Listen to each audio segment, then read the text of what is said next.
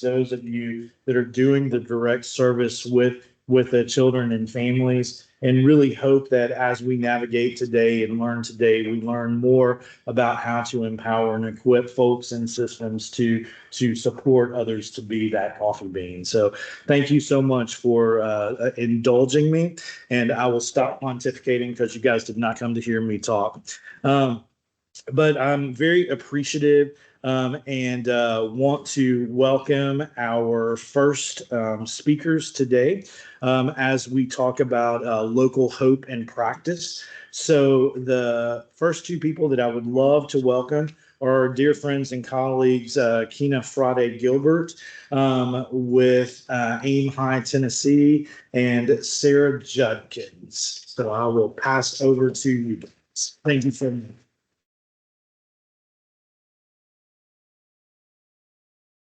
We can. I'm gonna ask Melissa because I am so technologically illiterate. Also, there we go. And I think I can just do that. That's not you guys? No, that's Okay. Dr. Segay. Okay. I was like, yeah, good try that. I'm a little discombobulated this morning. As you should. Okay.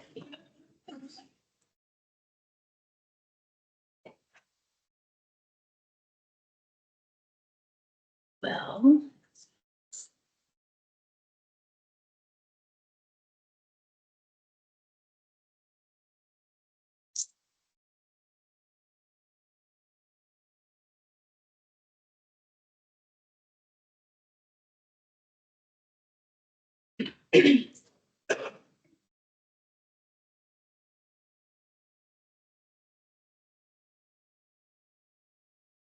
See it?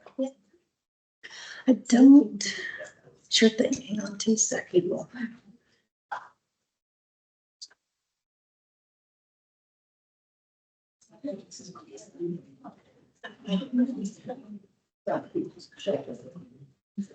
We friends that are online, I'm sorry. We had 2 meeting links and I'm not sure how that happened, but thank you for your patience. We will get you going.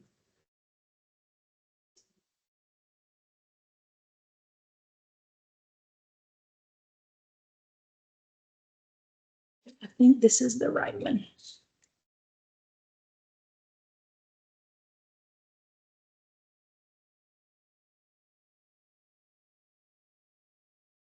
You'll just kind of have to scroll down. Both are staying. Make sure one's muted. He's muted. Okay.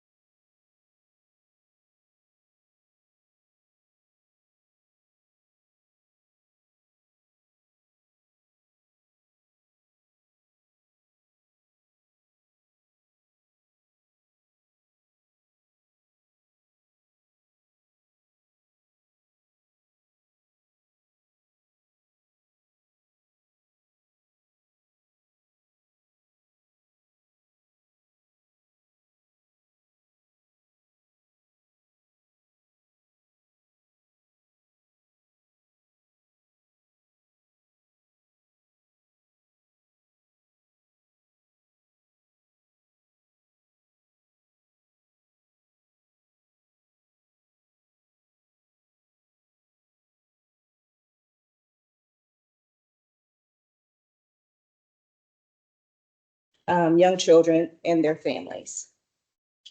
We envision a thriving Tennessee where that we prioritize the social and emotional developmental needs of every infant and young child in our state within the context of the needs and relationships with their family, their community, and their culture.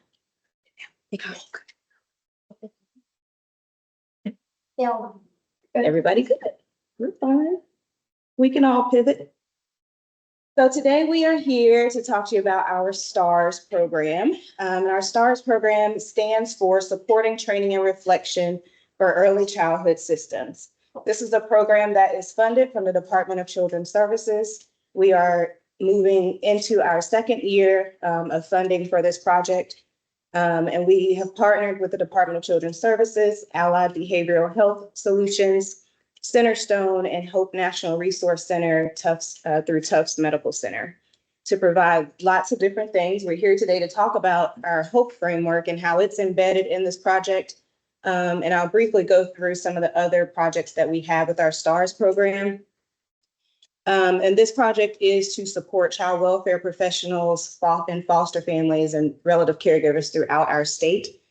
Sarah and I met almost 10 years ago now, working in Child Protective Services as investigators and as supervisors for investigative units. So we are deeply connected to the Hope work and how positive childhood experiences can really impact and mitigate the adverse experiences that our children who are connected to the child welfare system can experience. So some of the projects that we have are the facilitating attuned interactions or our FAN training. We offer that 3 times a year through this project. 2 are in person. The next one that we'll have is in December in Montgomery County. So if you're interested, please register for that. We also offer opportunities and support for child welfare professionals to receive their infant mental health or early childhood endorsement. And that is an internationally recognized credential that really speaks to the expertise of working with either birth to 3 population or 3 to 6 or both. I have both. And it gets them connected to different trainings and resources that we offer. We are second in the nation and the world for having the number of endorsed professionals in Tennessee. So kudos to all of you who may be endorsed. And if you're interested, please reach out to us. We also offer reflective practice spaces for child welfare professionals and for foster families. And this is a virtual space for them to come and just really pause and really think about a really crisis-driven work environment that they're in and kind of different stuff points that they may have, how their work may be affecting them, the vicarious trauma that they may be experiencing, to really talk through that in a collaborative setting so that they can be more effective in their service to children and families. We also have a consultation line called a warm line that we partner with Allied Behavioral Health Solutions. Foster families and or child welfare professionals can connect to a mental health clinician if they're having concerns about behaviors that children may be experiencing or may be recognizing some mental health concerns. We are working very closely with our COE, and so there are higher level concerns. We know that we're going to continue those referrals to the COE, but there may be some day-to-day behaviors that foster families or child welfare experience professionals are noticing that they can get consultation and referrals to for that. We also have an asynchronous course that aligns with mental health first aid. Mental health first aid typically starts in adolescence, but this is for birth to 8. And it's really about the awareness, recognition, and response to mental health needs for our children. Asynchronous, 2 different modules, one for foster families, one for child welfare professionals. And then lastly, we have an emergency response toolkit that was written in the context of it. The content of it was informed by child welfare professionals and foster families.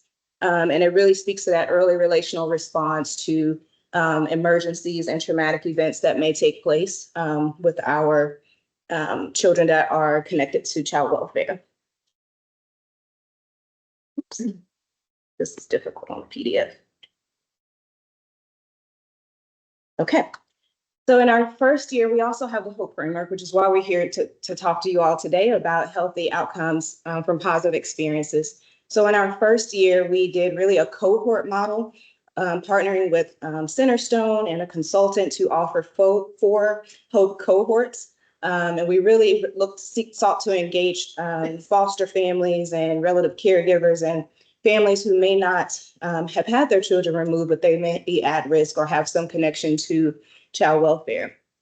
And so they received Hope 101, and then they had a follow-up meeting about how they were able to embed or the 4 building blocks or how they embedded positive childhood experiences or created those experiences for children that they care for.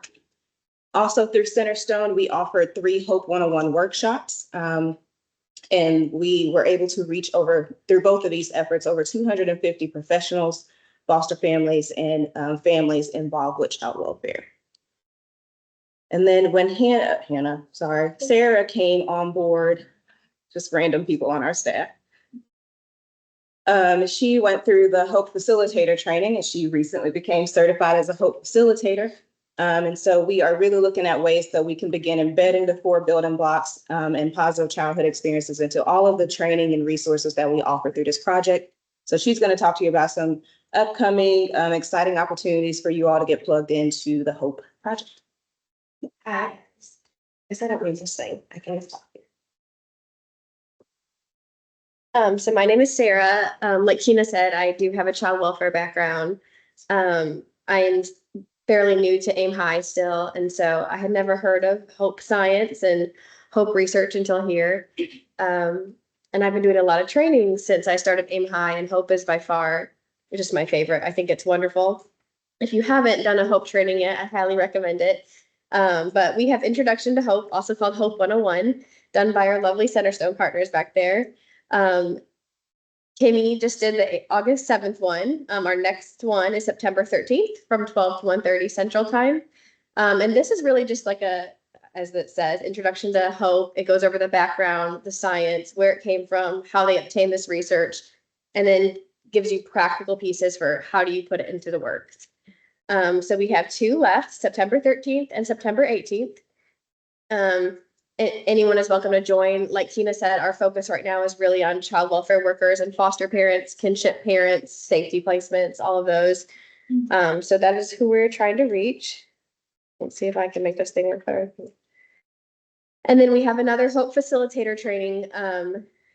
So after you do Hope 101, people are welcome to be Hope Facilitators. This one, however, is all the way full. As soon as we started advertising it, it filled up, but hopefully we'll have a lot of wonderful Hope Facilitators in Tennessee. But we can keep you posted on the next ones. And then I wish April was up here because I would make her present this one with me, but this is our lovely Hope Consortium. This is basically a monthly meeting where we all come together and we brainstorm ways that we're embedding hope into our work. So whether your work is a foster parent or a safety placement, or you're a case manager, or you do organizational work, again, like we said, we focus on foster care and child welfare, but anyone can join and explain how and brainstorm different ways that they're implementing hope into their work, or troubleshoot and problem solve ways that we can do better. So it's just a really powerful meeting. Anyone's welcome to join.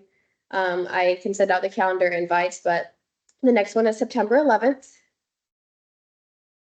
And then other ways that we are doing hope. So I have 2 trainings coming up. One is for early childhood educators, and it's educating them on the foster care system. So in these centers, you know, DCS case managers are coming in and out. The teachers and the administrative staff don't really know what's the plan. Where's this kid going? What's happening? So there's just a lot of confusion, I feel like, and not a whole lot of communication between the department always and the centers that care for these kids all day long. So just trying to go through and help them better understand what the processes are like, what the systems are that interact with these kids, who are all these people coming in and out of their centers, and help them better understand the life of a young foster child. However, in my facilitator training, they talked about how you can take your hope training and implement it into all of your other trainings. And I thought this was such a good training to put hope in. Early childhood educators, they do so much for our kids, and they have so much power. And if you are familiar with hope and the 4 building blocks, they do so much of that work. Providing a safe and stable environment, having attachments with people other than your parents, even just like the routine and schedule of having food and supervising play while they interact with other kids, all of that matters so much. So I think it's really important for them just to realize the power in their work. I'm also doing a training in November for DCS for foster parents on challenging behaviors in our 0 to 6 kiddos. And so we are also implementing hope in that and just showing foster parents the power in what you do every day and how there's a direct correlation to the positive health outcomes that these kids can have and the success that they can have in their lives. Another thing that we have at Aim High, I think Tina mentioned this one, I'm not sure. We have a certificate program for child welfare workers. It's a 6-month-long course. We have really great engagement in it right now, and we are working on the next cohort for it. And we are doing a Hope 101 in that certificate program. So that's all safe baby court workers, DCS workers of many different kinds, CASA, whoever wants is in it, those courses. And we are also starting a relative caregiver support group for Spanish-speaking families. And so one of our staff at Aim High is fluent in Spanish, and she's in the facilitator program. So her and I are in the planning stages of developing these hope support meetings for relative caregivers. And then you can go ahead and scan that, or you can go to our website, aimhightennessee.com. And if you have any questions, just find me or Kina after, and I'll be glad to help you. Thank you guys so much.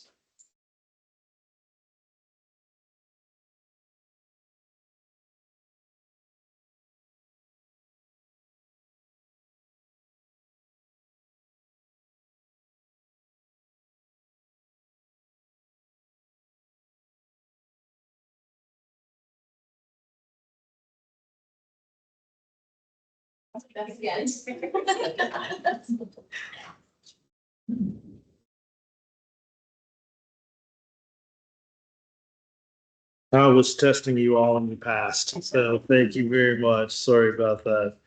All right.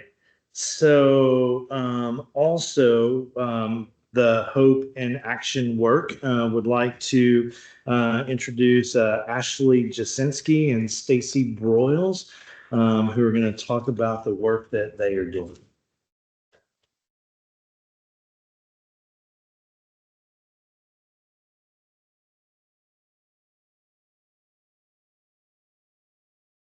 Presentation up too. We have a PowerPoint as well. Sorry. I'm looking for Melissa. Sasha. Thanks. I have it on flash drive too as a backup. I sent it to her email, but I have it on flash drive. That's easier. Hey, Melissa, PowerPoints. PowerPoint. I've caused trouble, Melissa, already. I'm not much help. I'm sorry. While we're working on this, one of the things that I did neglect is I really want to thank all of the folks who are joining us online. So for those of you across the state, thank you for your time as well. Sent it, it should be in.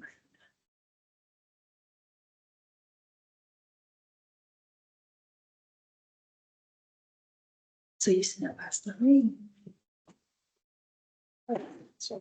Yeah, maybe if you never. Oh, I got it.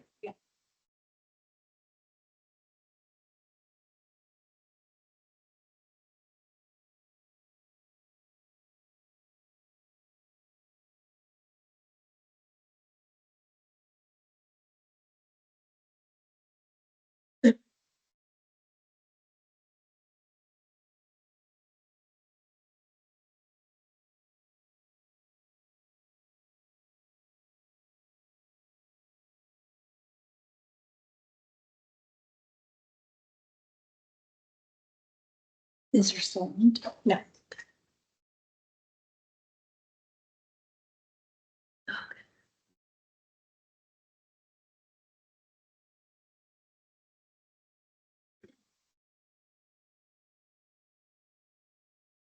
Sasha, correct. And then if you'll just hit that. Okay. Appreciate it. Okay, good morning. I'm Ashley Jasinski.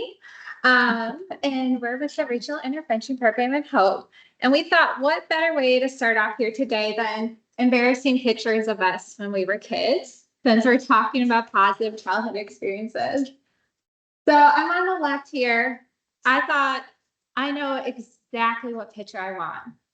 I'm like, there was the best childhood memory when I was at Disneyland with my dad and my brother. And then I asked my dad to give me the picture.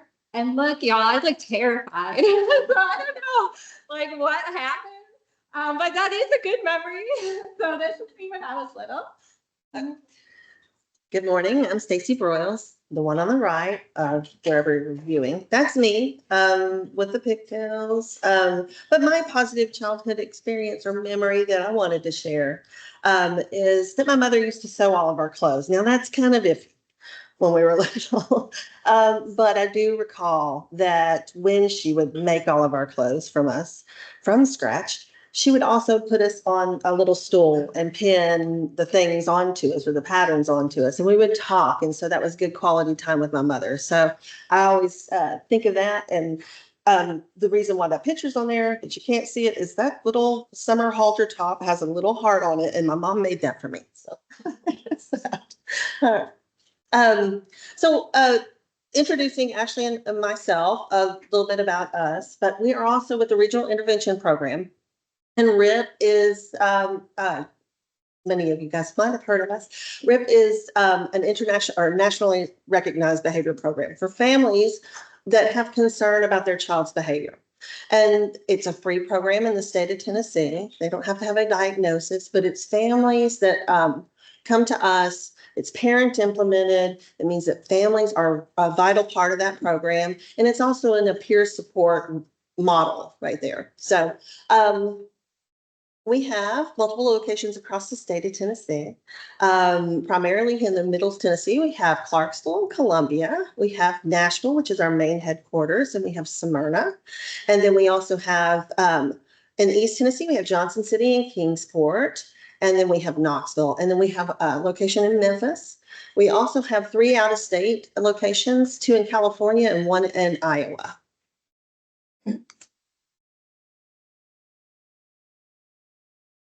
So we say that because we're going to talk about what we did for our Hope Championship project and what kind of why it's so important to us.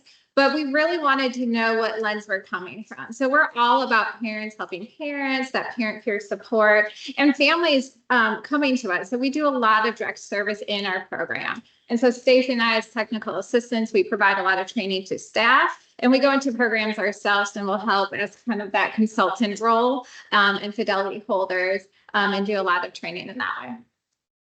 So our goals, we might have took on a little too much because that's who we are, I guess.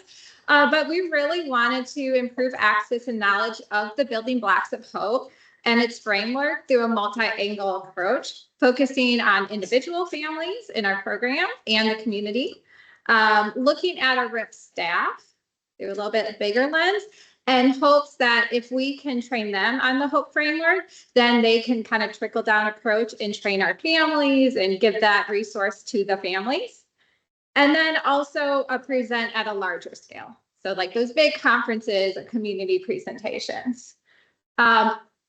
We love the framework so much. And just like Sarah talked about, so I love that Aim High touched on it too already.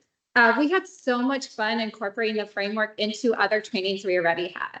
And so you'll get to kind of hear it a little bit, but it really sets up well that I am a Building Strong Brains trainer, and I got to dive a little deeper into the positive sciences with my Ready Building Strong Brains ACEs training. We did it with self-care. We did it in other areas we'll talk about very briefly because I don't want to keep you all from lunch and stuff like that too. So we're going to start large scale with the community. So quickly, we did large scale presentations, such as some nationwide presentations like the one pictured from NACI. Here we did a lot of fun group activities where it was straightforward hope presentations like Hope 101, where they got to do the building blocks, if y'all are familiar with that, and do large poster boards and put different ways they could support that building block and kind of walk around the room and do that. We also did presentations like at SOCAT conferences, the statewide conferences, the Family Child Care Network annual conference. Stacey did the volunteer behavioral healthcare system school-based liaison. Great. Okay. I'm like, am I saying it right? You did it. statewide conference. We did the Ignite conference for educators. That statewide conference, we were able to incorporate different just straight Hope 101 to make sure those positive sciences are out there to those different populations. So educators, especially in those kind of conferences. And in those areas, we estimate we served about 500 different people were reached. Then let's move a little smaller scale. And we were focused on building a stronger workforce, little selfishly internally at RIP. So little blinders on there. But our goal really was focused on how we can build up our staff at RIP through our model that we already have through our structured training cycles. So at RIP, all new staff go through a structured 3 to 4 week training cycle, depending on their role. And in that training cycle, they learn theory and model fidelity. We run them quarterly, and all our in-state sites are required and our out-of-state sites. So we kind of hit all aspects of any staff employed by RIP or part of our RIP network. We have some new staff here with us today because we are currently in a training cycle now. So we are currently doing it. We decided to make sure that in our training cycles, we require Hope 101 training as well. But more than that, we wanted to, again, individualize it for RIP. So we do Hope 101, and then we take it to the next level and talk about what does that mean as a RIP case manager? What does that mean as a RIP staff, and how can you help support families? So kind of what Sarah was saying, taking it to the next level and incorporating it to trainings that we already have as part of our RIP fidelity.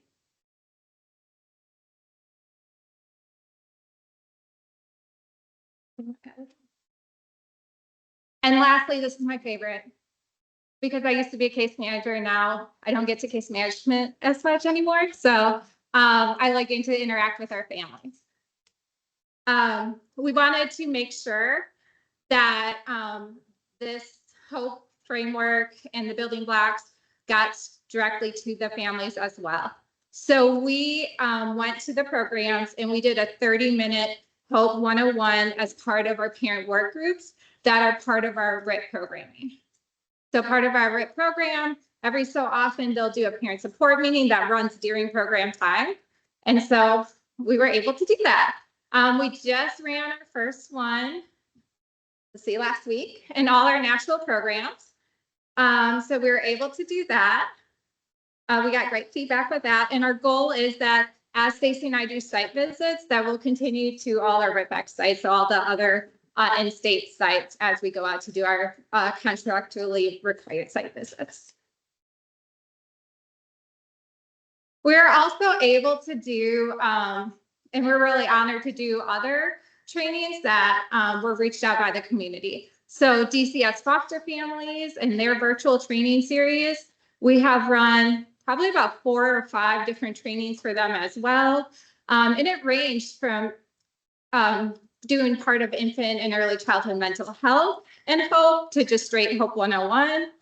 We have also done Nano Circle, which you can see presenting here in collaboration with the All Children Excel ACE Nashville PCE Committee. They hosted their first community education event. And so I was able to present HOPE 101 combined with self-care. It was a lot of fun. Who here has heard of Nano Circle? Now it's a group, it's like a support group for grandparents, most of them raising their grandchildren. So you can see why self-care would be very important to that group. So we started with HOPE 101, and then we tried to fit in as much self-care as we could. A big part of that support was just kind of talking with each other. They were a great, fantastic group. It's put on every, I think, month, I could be wrong, by Black Mental Health Village. You can see there. And there's a QR code. They have a lot of wonderful events. So we appreciate them letting us, or we appreciate them hosting our first event for the PC group under ACE Nashville. And so please check out some of their other wonderful events that they have coming up. Besides that, we've done other community events like through local childhood daycare centers, different elementary schools that request this information as well. And you could see, I almost forgot to point out the best part. While the adults were learning, there were volunteers that played with the children, and we made these little boxes that the children were welcome to. They didn't have to, but some of them did make little boxes that the adults could then put ideas of how they built.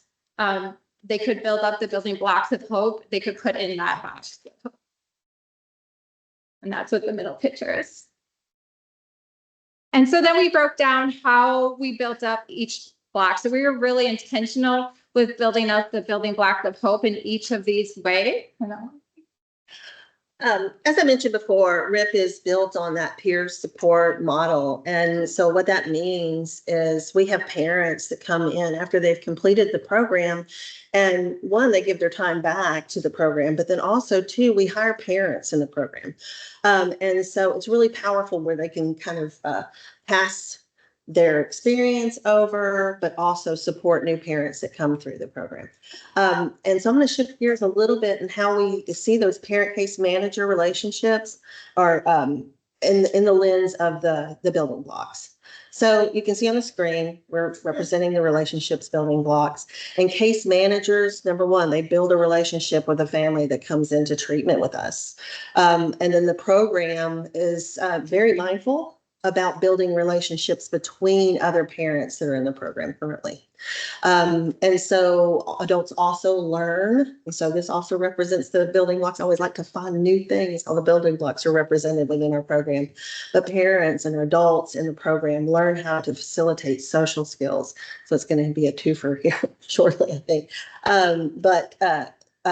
They facilitate social skills sessions with their children struggling with interactions with their peers.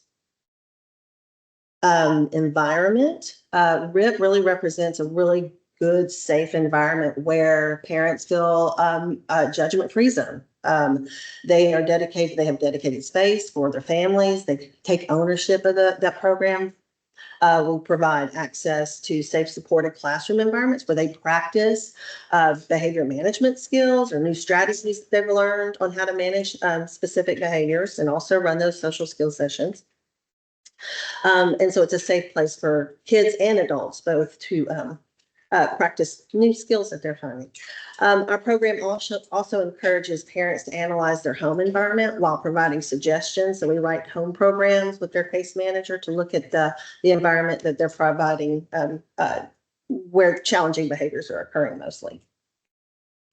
And then emotional growth, this building block. So a lot of them touch both the same things, but parents are learning, like I said, about social emotional concepts and practicing those with their children and other children in the program in order to support their child's emotional growth.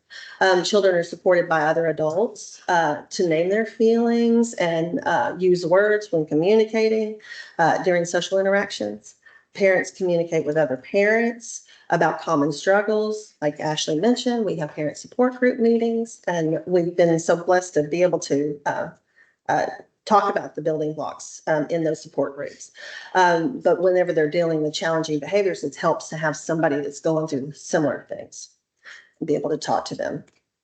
And then engagement.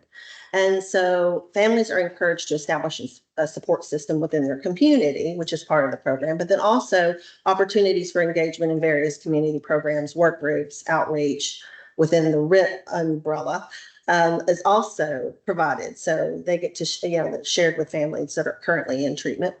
And they're provided the opportunity for engagement with monthly parent support group meetings, like I said, work groups. They can even, if they find a concept that they want to share with other parents, they can even lead one. So.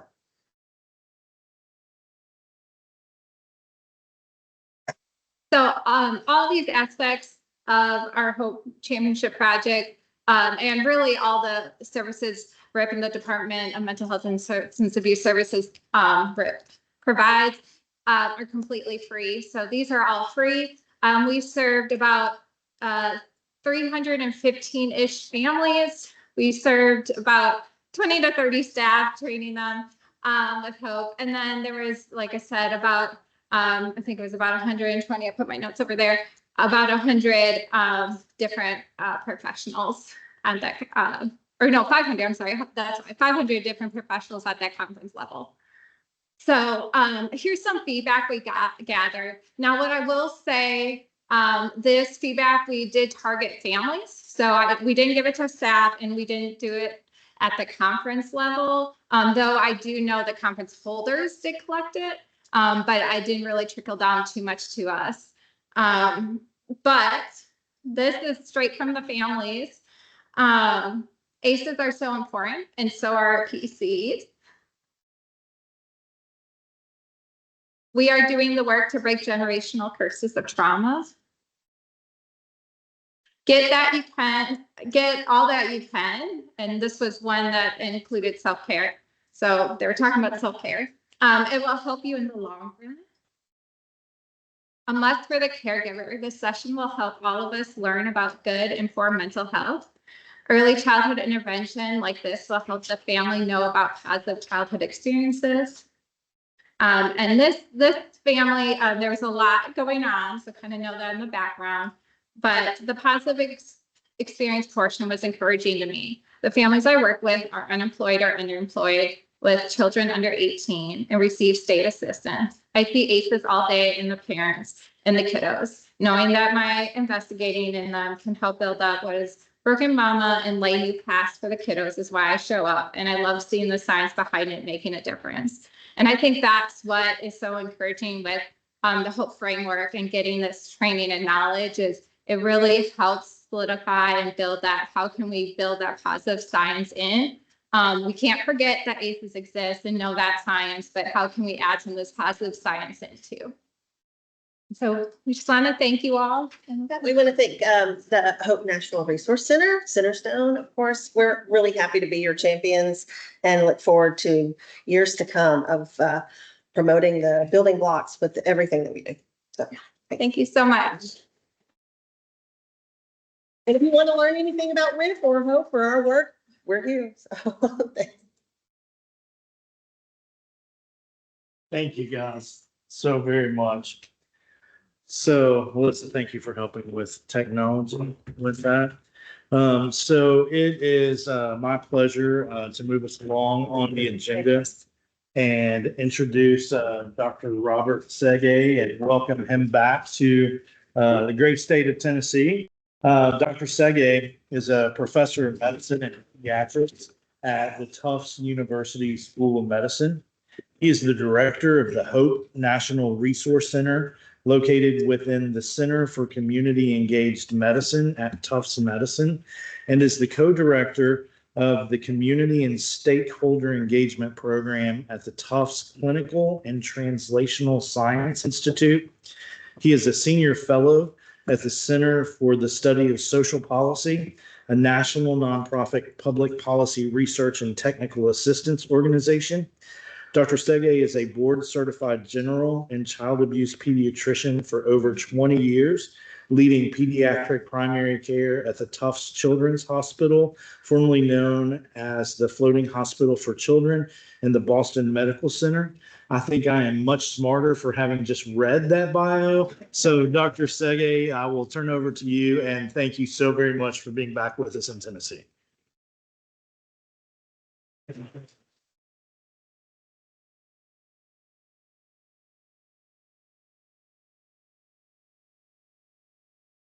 You want to use this one? Just push the button.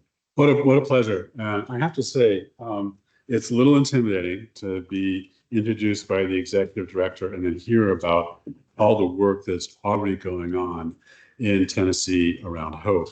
So I wanted to thank you all for joining us today, and for those of you online for joining us online.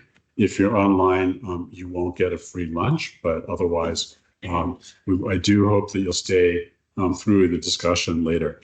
And people have thanked me for Hope National Resource Center supporting this. Actually, my Uncle Sam supported it. We have a grant from NIH, from the Eunice Kennedy Shriver National Institute of Child Health and Human Development, affectionately known as NICHD. to run these regional meetings. So I'm going to go through the introduction to hope pretty quickly and tell stories with it, because I think that in this room, quickly hold up your fingers. How many building blocks are there? You got it. Okay. So this is our team. And you can see we're a national team, we're a diverse team. And this is already outdated. We've added another research assistant, and hopefully we're growing even faster than that. But I want to start with this because this is part of our training. And what we do is we ask people to look at this picture and think about what you see in this picture. So first of all, in training, we'll typically say, what risk factors do you see? You see the risk factors. And shout it out. And if you're on Zoom, you can unmute yourself and shout it out. Cracked walls. Cracked walls. Cigarettes. Cigarettes. Bugs. Chemicals. Chemicals, yeah. They have electricity. So, okay, look, I love it. We've already flipped to positive experience. So electricity, what else do you think? Yeah. Good.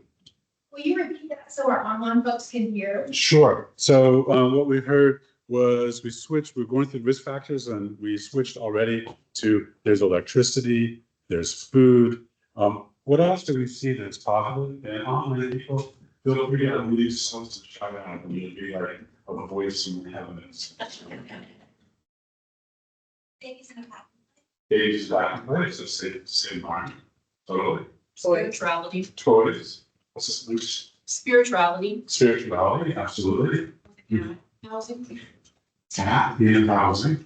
I know Dr. Dorsey particularly appreciate that moment. Housing, right? There's a roof over there. The walls are cracked and they're frozen. What's that? Mom's reading. Yeah. So what we do is we do this in our trainings, and we talk about, oh no, what do I do? Okay, so we ask people which is easier to see. Whether risk factors are easier to see, protective factors are easier to see, or they're both the same.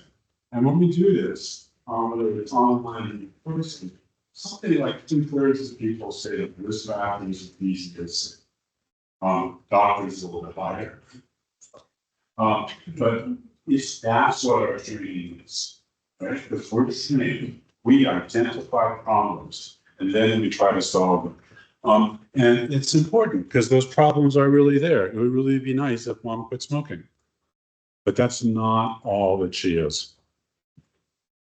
And we offer this as an example of type 1 thinking, because real repetition. Type 1 thinking is fast, intuitive, unconscious. It's everyday activities, training, experience. So if you think about it, when I go to work, when I first started working at Tufts, I would carefully check the route, the extra time. I didn't know what part, I didn't have time to go. But now I could literally go to my city, I try to stay away from the but you know, you ever had the experience to arrive at work and you really don't remember getting there? Right? So that's technically, and that's equals repetition. And implicit bias is the same way, because all of us, when we meet someone new, we have to decide, for lack of a better word, whether it's friend or foe, right? And bias enters into that. And many people here are in child welfare, and we know that child welfare, there's a lot of bias in that. And as a child abuse pediatrician, it took a lot of training to make sure that I was following objective protocols and not responding. So, for example, with that police department, there's a kid, looked like he'd been abused, mom and dad were there. The nurse just said, "Dad is really charming. He's a nice guy. I wonder if mom did it." Right? And then we went upstairs to the ward, and they said, "Well, you know, terrible thing happened to the child, but dad seems so nice. I wonder what happened." And then it turned out we called DCF and lovely Convening dad was on the lam from May or sick, but he had been charged with murder. And decided to leave without saying for his father.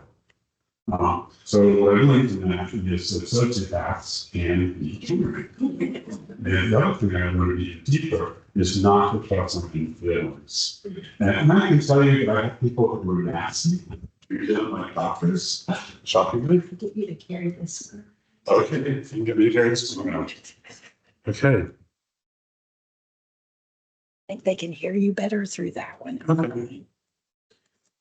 This is so cool. The computer has a mind of its own too. Anyway, so it turns out that, is this better for people online? Hopefully. So it turns out that not liking doctors is not the same as abusing a child.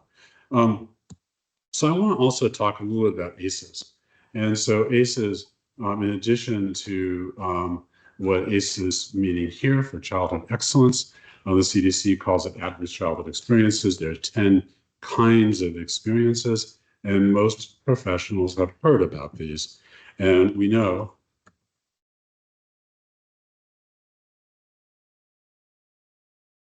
okay, very exciting. You're gonna see my whole talk. Okay. So we know that ACEs are associated with all kinds of problems. Anyone want more about ACEs? Good. Okay. But what we know is that PCEs mitigate the effects of ACEs. And this is an old slide. And we now think is that PCEs are what children need. The building blocks are what children need. And ACEs interfere with that. For example, if a parent abuses or neglected their child, the building block of relationship can be harmed, of course. If there's domestic violence, the feeling of having a safe environment to live, learn, and play at home can be harmed. So the way we think now is that ACEs, that this slide is actually backward. We're working with the CDC to try to examine that. But in any event, from our original study in Wisconsin, people who have 4 or more ACEs and had 0, 1, or 2 PCEs, 60% of them had depression or poor mental health. And if they had 6 or 7 PCEs, that was only 20%. And I wanted to, because we've heard so, I have some video vignettes we can see later, but we've heard so much about hope in Tennessee. I want to talk about a way that we're using from the University of California in San Francisco that links hope, positive childhood experiences, and ACEs. And it's called the triads model. And that's for including resilience and distress and adversity in the same approach to clients or patients or participants. So distress is, why are you here? What's wrong? What's the problem that brought you here? So if you're with CPS, something happened. It could be a parental mental health issue, it could be a lot of things. And then the traditional approach from trauma-informed care, which has been extraordinarily valuable, is you look backwards and say, what happened to you? And look for sources of trauma, past ACEs, all kinds of things to help understand the current distress a person's feeling. But what they've added at UCSF and where hope fits in is the bottom of the triangle is strengths. And what strengths do is 2 things. One is they diminish the link between adversity and distress, using a parable from earlier today, making us all the coffee makers rather than carrots. Because if there's something there that enables us to do that. And we also now know that strengths can help heal following adversity, limiting distress. So we do this, the therapeutic approach includes building strengths. And we've heard about relationships. And those are those relationships with other children and adults that are safe and secure, nurturing, loving, that we all need, that begin at the moment of birth when the person who gave birth to us is right there, and then starts with the adults who care for the infant and move right along into who are mentors for the growing child, what peer support they have, what their close friends and relationships are with their friends. Environment. Children need a safe, secure, and equitable environment to live, learn, and grow. So in this context, are there things going on at home that made the environment feel unsafe for the child? And how can we address that? Emotional growth, obviously, I've just been reading Jonathan Haidt's new book called The Anxious Generation. Has anybody heard of that book? Yeah, so one of the things he talks about is how letting children experience mild distress, discomfort, social problems, falling from the swing set, all those things make kids stronger. And so emotional growth does not look beautiful. And so my example that I give, ever watched kindergartners playing in the playground? They're bickering, right? They're discussing the rules. That's out of bounds. You can't do that. That's whatever. What they're actually doing is growing emotional. They're learning how to express themselves. They're learning how to sometimes win, sometimes lose. All of those things that you need to grow up. And it looks ugly from the adult's point of view, but the point is not for the adult to come in and say that ball is fair, or it's not fair that you were picked last or whatever, but to actually let the kids work it out, because they do, and that's how they grow. In a lot of systems around the country, and I think someone mentioned Linda Mays at Yale, they're working on developing a hope-informed case discussion for kids with mental health issues. So what that means is that when you think about a particular case, what adversity might the individual have experienced and what distress are they having, which is sort of one way of boiling down trauma-informed care. But adding to that, how can the HOPE framework help that individual build strengths?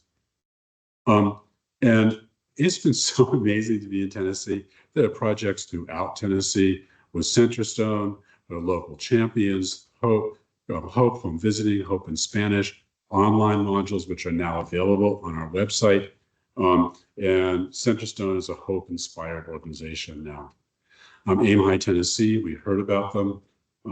Really quite amazing how many people at Aim High Tennessee and how the reach of HOPE into the programming that you're doing for infant mental health is astounding and wonderful. But I want to provide, for those of you who are not super familiar with how you can get there, and in particular, what the different kinds of training and certification and resources that we offer. So HOPE resources are available on our website. They're for direct service providers and managers. You can download them, look at them yourself. Included in there is a virtual learning hub. So it's the virtual learning hub, which I'll go over in a second. We have facilitators, champions, and faculty trainers. So the resources, we have a resource library. You can download flyers, fact sheets, and more. Find out about the research behind PCEs. We continue to publish new research results. And just a shout out to Tennessee and Angie Miller. You guys analyzed the BERFIS data from Tennessee and showed that experience of positive childhood experiences improves the mental and physical health of Tennesseans and improves their likelihood of being working. And we're able to use the CC, so they have more data than we're not here. And we're finding the same sort of thing. We published a report that shows the incidence of positive experiences around the country. And some of the disparities in that. LGBT adults often recall fewer positive experiences, and look at what happens to kids as they're growing up, as they identify as having a different sexual orientation or whatever. Some of the positive experiences are becoming more difficult for them. We also looked at things about race, ethnicity. There's disparities, not new, but a lot of the things that we're talking about can be built not from the attitude of just addressing deficiency, but also how do we make sure that parks and safe places in every community for kids to play. If you live in a community where a rational parent tells the child, don't go outside, it's not safe, and the playground instead of doing things in it, that child is less likely to have the emotional growth to child-centered play than a kid who lives on a tradition go out playing whatever. So it's not parents' fault. And so we have no resources, so the project materials, aid the providers, aid the policymakers, that try to look at the underlying things in these data so we can better understand how to raise the climate of everything. The thing about this is it's not that complicated. It's actually not that expensive. Oops. What happened? I lost my screen. I was gonna tell you that the online folks hear you better when you are by the computer. Evidently, the mics aren't going for the computer. Okay, I'm not going to move. I'm just going to I'll have to keep my feet planted. We've decided that the roving mic doesn't work, the podium mic doesn't work, and I really appreciate your hanging in there. Can you hear me now? Okay, I can't tell if I can hear me now. Yes, they're excited. They're gleeful. Oh, good. I like gleeful. So you can go to our website, positiveexperience.org, and download all of these things. Bunch of resources, including Hope is an Anti-Racist Framework in Action, which takes what I said about implicit bias and adds to it, right? But also helps people understand what are the effects of policies. I spent a couple of decades running primary care clinics in the city of Boston. And who here has ever been to a doctor? Okay, keep your hand up if the doctor's ever kept you waiting. Okay, now keep your hands up if you were ever late and chastised. Okay, so what we found is we have late policies, but in Boston, we have a very unreliable public transit system.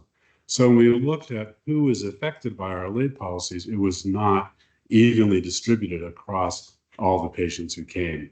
So we tried to figure out ways to make everyone feel welcome and understood, even if there were limits on what we could do for service that day if they were very late, but not to be judgmental or blame them, and to work with them to come up with a solution. Because they had gone through the trouble of bringing their kids there, and they were not responsible for breaking the bus or the subway, right? So really thinking about it, I offer that as an example because the policy sounds so super neutral, right? If you're more than 15 minutes late, right? But if you look at who it affects, it doesn't affect everyone evenly. So we have a lot of work in some of those to try to look at what the effects of different policies are. We also have a virtual learning hub, and there are now 6 courses that help you dive deeper via online courses. We now have Hope 101 in Spanish, as well as English, thanks to the East Boston Coalition. We're working with the Catholic University in Santiago, Chile. I would say it in Spanish, but you would laugh at my accent. I'm translating the rest of our resources into Spanish. Many of them already are. And we hope to launch a separate button on our website that says Hope en Español, so people can get the Spanish language things. Incidentally, if you have other languages you want materials translated into, just contact us. We have funds from our funder. We can translate anything into any language. I'll do it professionally translated, back translated, and we do it on demand. Anyway, we now offer CEU and CME credit. We have a new partnership with Boston Children's Hospital that's helping us get everyone the credit. If you're a social worker, you need CEU, you can get it. If you're a doctor or nurse, you need CME, you can get it. If you're someone who works in the education, you need a certificate of attendance, you can get that. Because people who put in the time should get some recognition for their professional advancement. And we're very grateful to Boston Children's Hospital for helping launch us on their MedEd portal. They have 19 different kinds of certification. So psychologists, I don't know who else is there. We have psychologists, social workers, nurses, doctors, anybody. Let us know if you want another kind of credit. Happy to do that. So these are the new courses we have. They have Hope that's been there for a while. We now have in Spanish, Hope for substance abuse prevention, Hope and home visiting, Hope and child welfare, and Hope and strengthening families. for systems-involved families. We also have facilitator training. There are a bunch of facilitators in Tennessee. Who's a facilitator here now? Okay, awesome. So facilitators, there are 3 sessions, right? So the first session is a couple hours, and you go through the basic Hope 101, what that's like. The second session, you get an opportunity to experientially offer it. And the third session has been modified now. It's mostly individual coaching as you present to make sure the people who are presenting are doing well. 3 online sessions, 2 practice sessions, and there's an exam. Facilitator certificate is valid for a year, and we're now upgrading our recertification, but it's designed really to separate people who are actually delivering hope training from people who have really, really good intentions and kind of got a little rusty over the year. Not very complicated. Hope champions, are there champions in the room?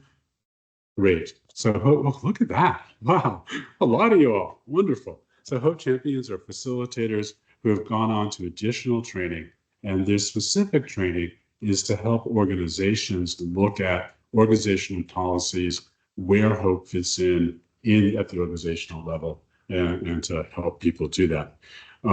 We also have faculty trainers, and this is, I think we only have 1 organization now, but there's probably enough interest in Tennessee to do that with you all. And that's where an organization would have its own trainers who can teach Hope 101, can teach facilitators, train and certify facilitators on their own. So the first organization that did that is the YMCA in San Diego County. And San Diego County has not quite as many people as Tennessee, but a lot of people. And the YMCA has 17 branches and serves a lot of people. And they become a regional hope training hub, so that organizations that want to have hope facilitators, instead of working with us at the Hope National Resource Center, which we totally love, can get local training. And we help them develop the expertise to do that. We also have Hope organizational certification. And this really starts with leadership support. Like, do your leaders want you to do this? Because one of the things we got feedback is people would come, providers would come to Hope 101, they go home all super excited. And then Tuesday morning at their staff meeting, the leadership said, oh, that's terrific, but you all have 71 more widgets to do this week than you did last week. And somehow the reality sort of sets in. So we're finding that getting leadership buy-in early and often, which you have in this state, is tremendously important. And after that, we have a staff, Hope Champion. There are lots in Tennessee. You can also, some of your own organization, get trained. And then the first part, which is kind of actually not so easy, is to do an organizational self-assessment. Are we doing what we think we're doing? Does our actual practice align with our goals? So I told you about late policy, a clinic we're working with also in Boston because I'm their champion, so I know about it. When you walked into the clinic, the first thing you saw was on the door, there were these pieces of paper with the beautiful logo for the clinic, and it said late policy. School forms take a certain amount of time. We only take walk-ins during this hour and that hour. Don't do this, don't do that. And somehow, maybe that's not the most welcoming. So they're redoing their clinic space so that it's welcoming when you come in. There's a big poster going up about that in different languages people speak. The area that used to have the government required notices, these are your labor rights, these are your other rights, those are your other rights. In the central space, it's still there, but it's being replaced with pictures donated to them by the elementary school that's around the corner that our young artists have created. So it feels like a community space. And that's because one of their goals was to make the clinic feel more inviting and for people to feel more engaged when they walked in. And then create an action plan.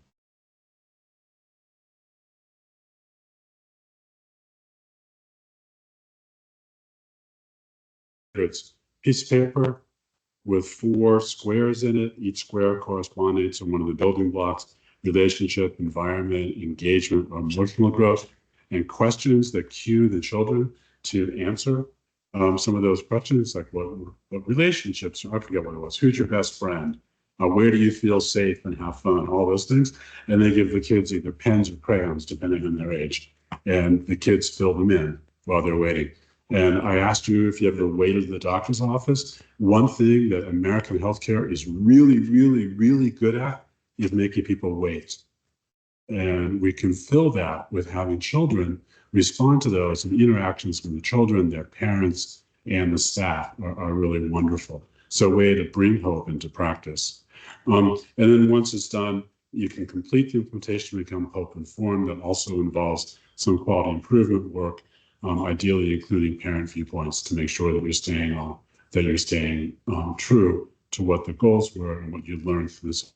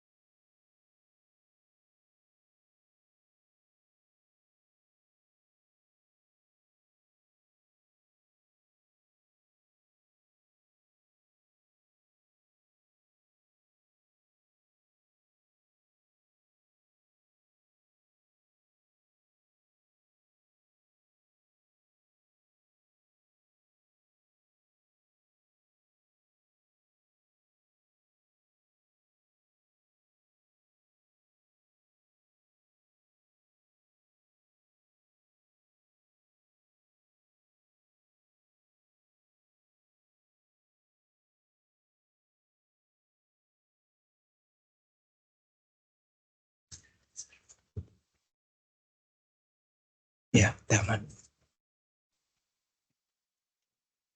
Okay. Let's hope this works. You'll probably have to put it in presentation mode, yeah. Okay, and there you go. We're going to put someone to check the chat box and if you can hear the sound. But this is Amanda Wynn, who's runs our training and technical assistant, and Eliza Lauren McCullough, who's going to use playing the part of the mother. Hi, I'm Amanda. I'm your home visitor. Thanks for letting me come join you in your space today. Hi, nice to meet you. How are things going? It's not great. The kids were up pretty late last night. Their cousins were over, so they're a little bit tired and cranky today. Oh, do they normally have a regular bedtime? And normally, yeah, but it was the weekend and their cousins were here, so we let them stay up. Okay. I mean, it sounds like you're paying for it a little bit, but let's see what we can do today. And yeah, if they need you, then they need you. But are you okay if we kind of dive in here? Yeah, sounds good. Okay, great. I have some forms I have to go through that we do with all of our new families. So I'm just gonna jump right in if that's okay. Mm-hmm. Let's see. It starts with a little bit about your past. So how did your parents discipline you? Seems like we're having some technical problems with the web, right? It's just a slight echo, so I'm going to mute here. The usual way, I guess. Can you say more about that? I'm not really sure what the usual way is. I guess we got grounded, yelled at. Sometimes they'd spank us, but that stopped when we were pretty little. And would you say that they were pretty consistent with you and your siblings and how they disciplined? Yeah. Okay.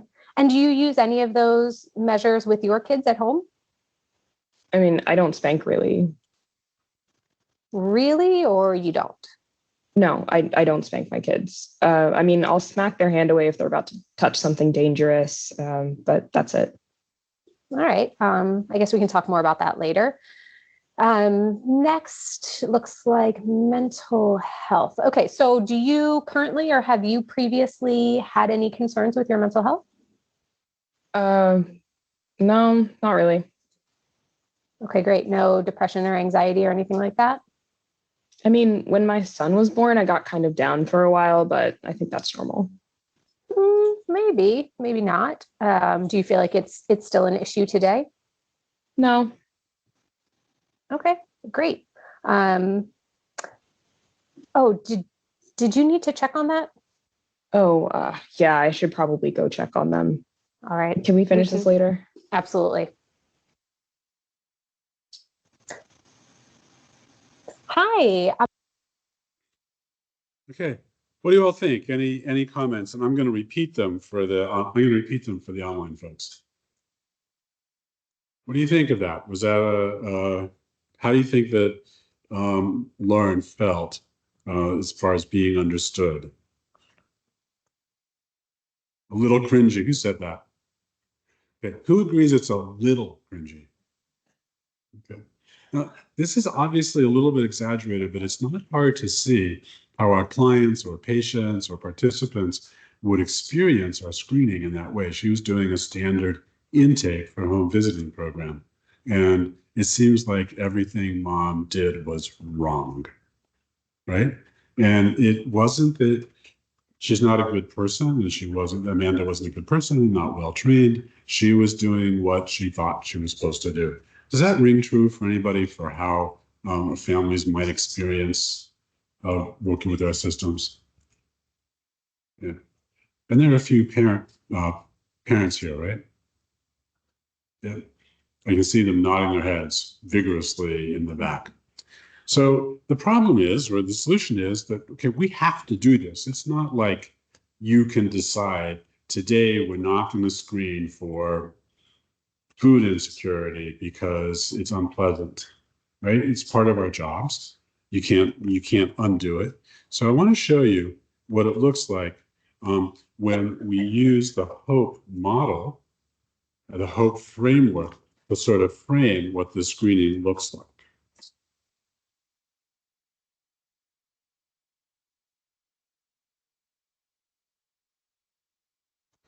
Hi, I'm Amanda, she, her pronouns. Thank you for letting me come into your house and spend some time with you today. Do you have a name and pronouns that you'd like me to use? Yeah, Lauren is fine, and she, her. Awesome. Well, how are things going, Lauren? It's okay. It's a little rough this morning. The kids were up pretty late last night, so they're kind of tired and cranky. Doing anything fun or? Yeah, my brother came over, so they were playing with their cousins. They're all really close in age, so they have a lot of fun, but, leads to late nights. But it sounds like you and your brother made some time for the kids to just have unstructured, silly playtime and build those really important relationships. So that's wonderful. And you know what? If they need you today or they're fussy or grumpy, we'll make it work and we can always reschedule. Their needs come first. So did you see how Amanda's training in the HOPE framework really helped her respond to that? The first time her response was, well, you'll pay for it today. Right? And the second time was just saying, and look at how Eliza is smiling. And one of the things we heard from a resident in California who started using HOPE with her patients is a mother started crying and looked at her and said, that's the first time anyone in your position has ever told me I'm doing something right. So how sad is that? So just think about same question, same answer.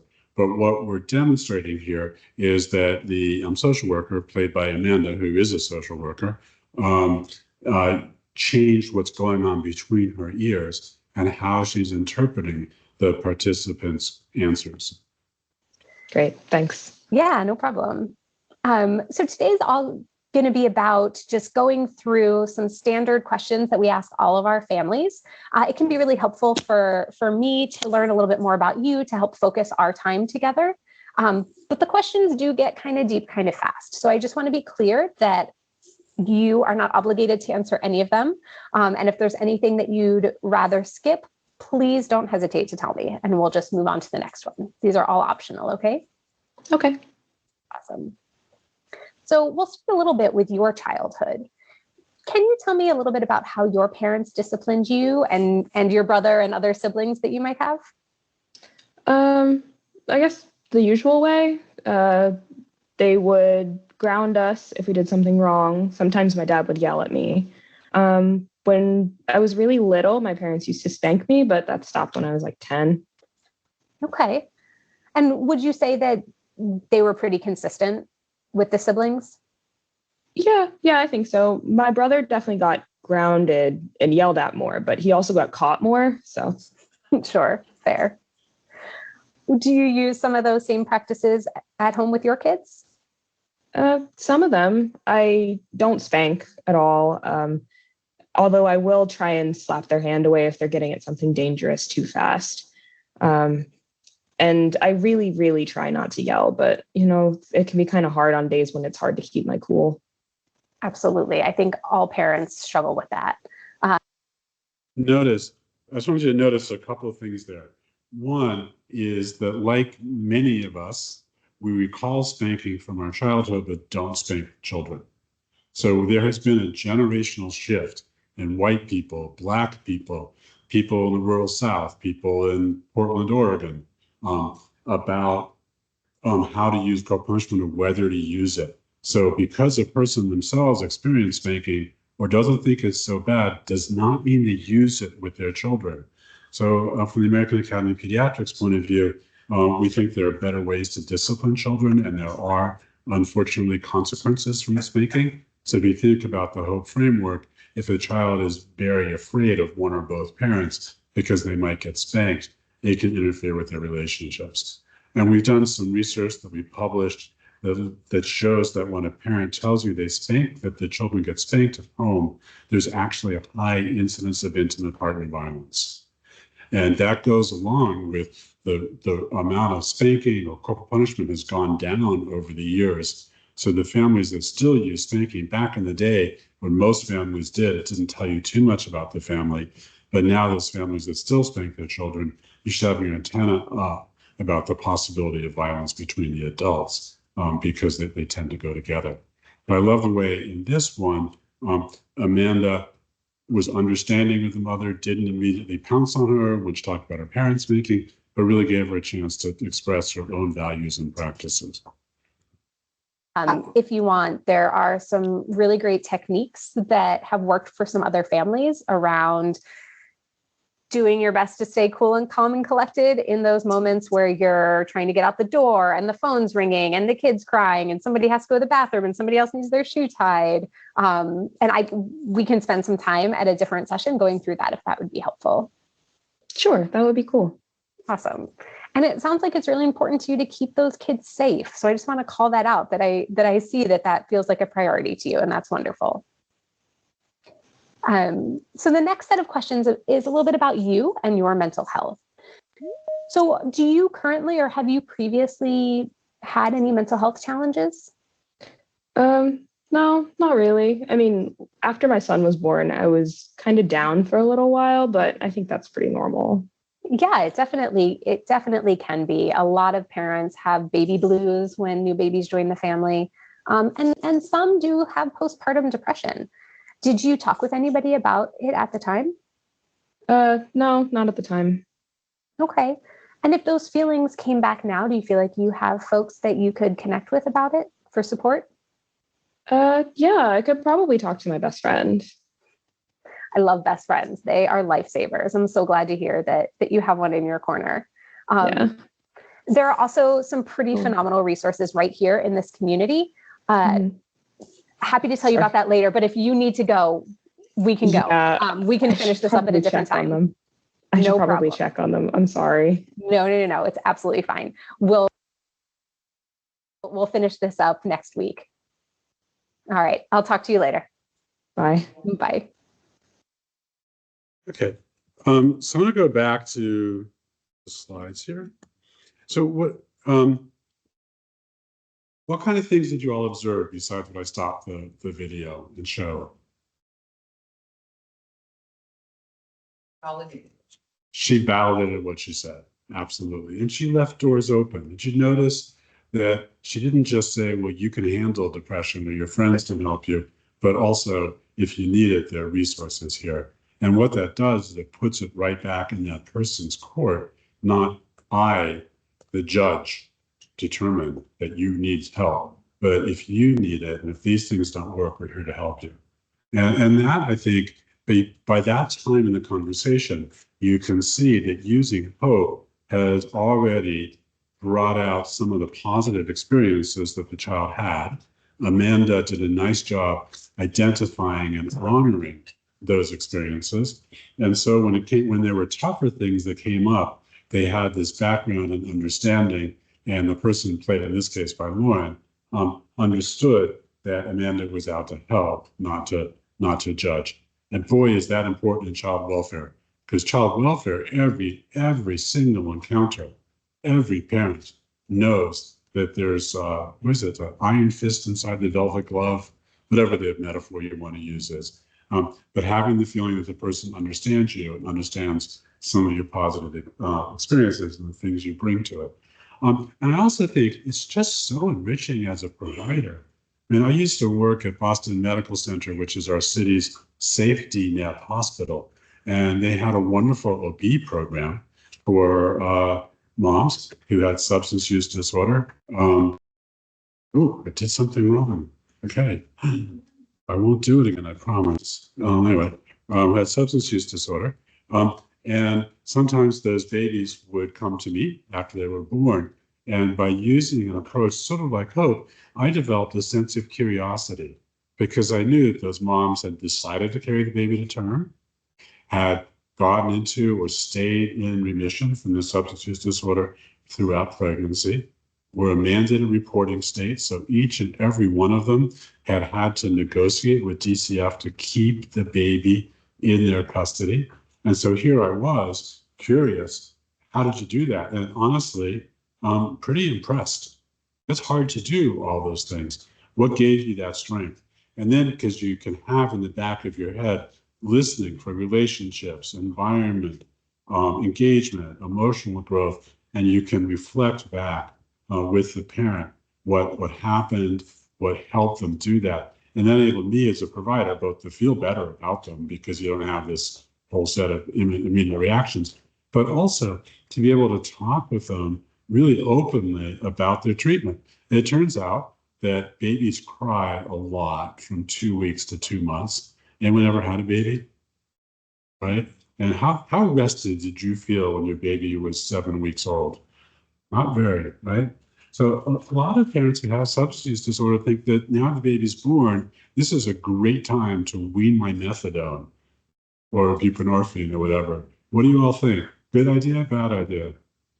Right? So it's a really good supportive response. I'm feeling better now that I've gotten through the baby blues. I'm ready to wean, but we know what first-time parents don't yet know, that the trouble is yet to come. And the exhaustion in the first 6 months of life, and people who in their past lives have dealt with stress through drugs are at some risk, right? So you can talk about it openly because I understood what that person had gone through and was impressed with their abilities to do that. So we could have that conversation, not from a place of judgment, but from a place, honestly, of curiosity. So we do these, and we have a bunch of these online, so that people can actually see that you can do your job with the training you have, with the benchmarks that your managers have given you, and do it in a way that's more effective by changing the way you're working. And I know people have already been trained in FAN.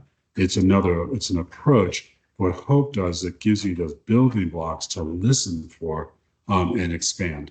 And we also know that one of the things is that you don't need to have a degree in social work or to be well connected in your community to have kids. But we might know where libraries have toddler reading hour, where the safe playgrounds are. And honestly, if you run into trouble with the SNAP office, we can help you troubleshoot why you're not getting the benefits you're supposed to. It turns out that not every SNAP officer understands the rules and regulations. And as professionals, we can help with that because no child should go hungry. And our safety net, we may think it could be better, but we know a lot of families don't access it for a lot of reasons.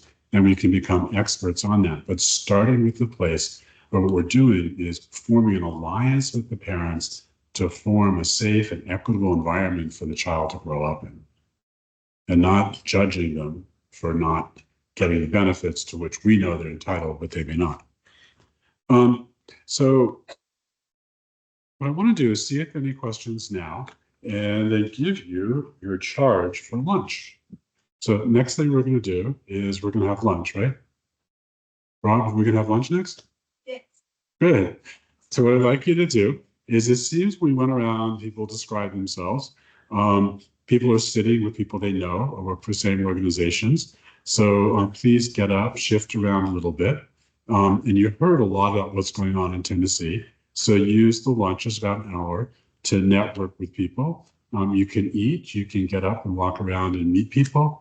Because what we want to do is use this opportunity of being in person, for those of you who are in person, to network with people. And I think it's a little hard to do that online, but for the people who are online, we'd love for you to come back at 1, because at 1 o'clock, we're going to start having a real nitty gritty roll up your sleeves discussion about what happens next in Tennessee.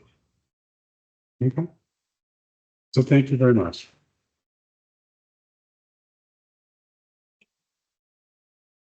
One last thing, hope is we do all this quality improvement stuff. If you don't mind, at some point, you can leave this up, take a picture, answer our survey so we can do better next time. Thank you, Dr. Sege, and Melissa, Rob, thank you guys for doing all of the work to set up lunch. One of the values that we have at the Commission on Children and Youth is that we want to squeeze out every resource that we possibly can to pay things forward. And so one of the things that we've done for the last couple of years we've had a lot of conversation about vendors that we use for lunch and things like that. And so today, lunch has been provided by the Nashville Food Project. And I want to tell you a little bit about the Nashville Food Project if you don't know about their work. And so I'm going to read verbatim from their website. The Nashville Food Project was born from the idea that all people should have access to the food they want and need. We know that 1 in 7 people in Nashville lacks access to enough food to sustain a healthy lifestyle. But we also know that more than 40% of all the food in our city goes to waste. Solutions to hunger take much more than simple handouts. Poverty, unemployment, low wages, and escalating housing costs all contribute to the challenge that the most vulnerable residents of our city face. They believe that food can be a powerful tool to foster health, belonging, and justice in our community. And that's why they grow in their own gardens. They grow organic food and share resources with others interested in growing their own food. They cook in their own kitchen. They use donated and garden grown food to prepare and cook made from scratch meals. And they share nourishing meals in partnership with local poverty disrupting nonprofits and community groups. So we are very fortunate to have that organization in Nashville helping further the work. So hope you enjoy lunch. And if that triggers an idea to learn more about them or to maybe use them for an event that you do, we would love that as well. So thank you so much and enjoy lunch, and we'll see you back in a bit.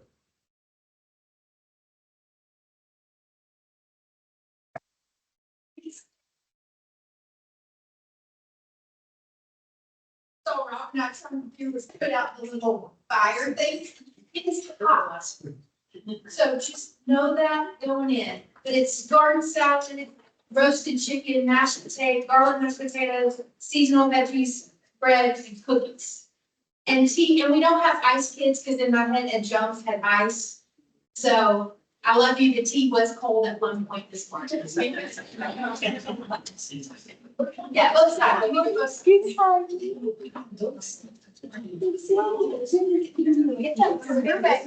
Next.